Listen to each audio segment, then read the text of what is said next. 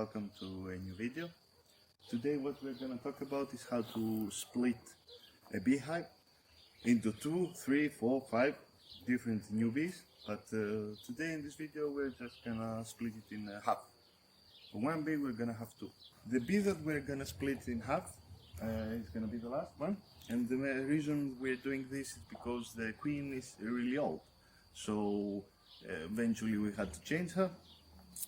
Why not now? We find her, we killed her.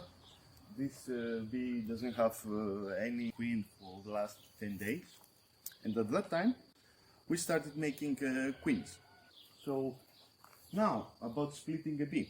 There are 2 ways you can do it. You split a bee. One, you take it far away from this place, from the area that you are. And the second way, the way that we're gonna do now, right now, is that we're gonna put the 2 bees, the old and the new one, really close to each other. You can do this with 3, 4, 3 is better, beehives in the same area. In Greece we call this vendalia. You try to make like a circle.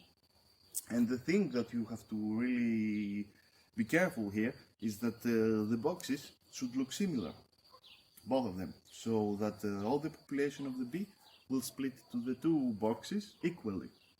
So, as you can see, the last beehive has a red base, so we are going to change that, and we are going to put to both of the bees this blue one.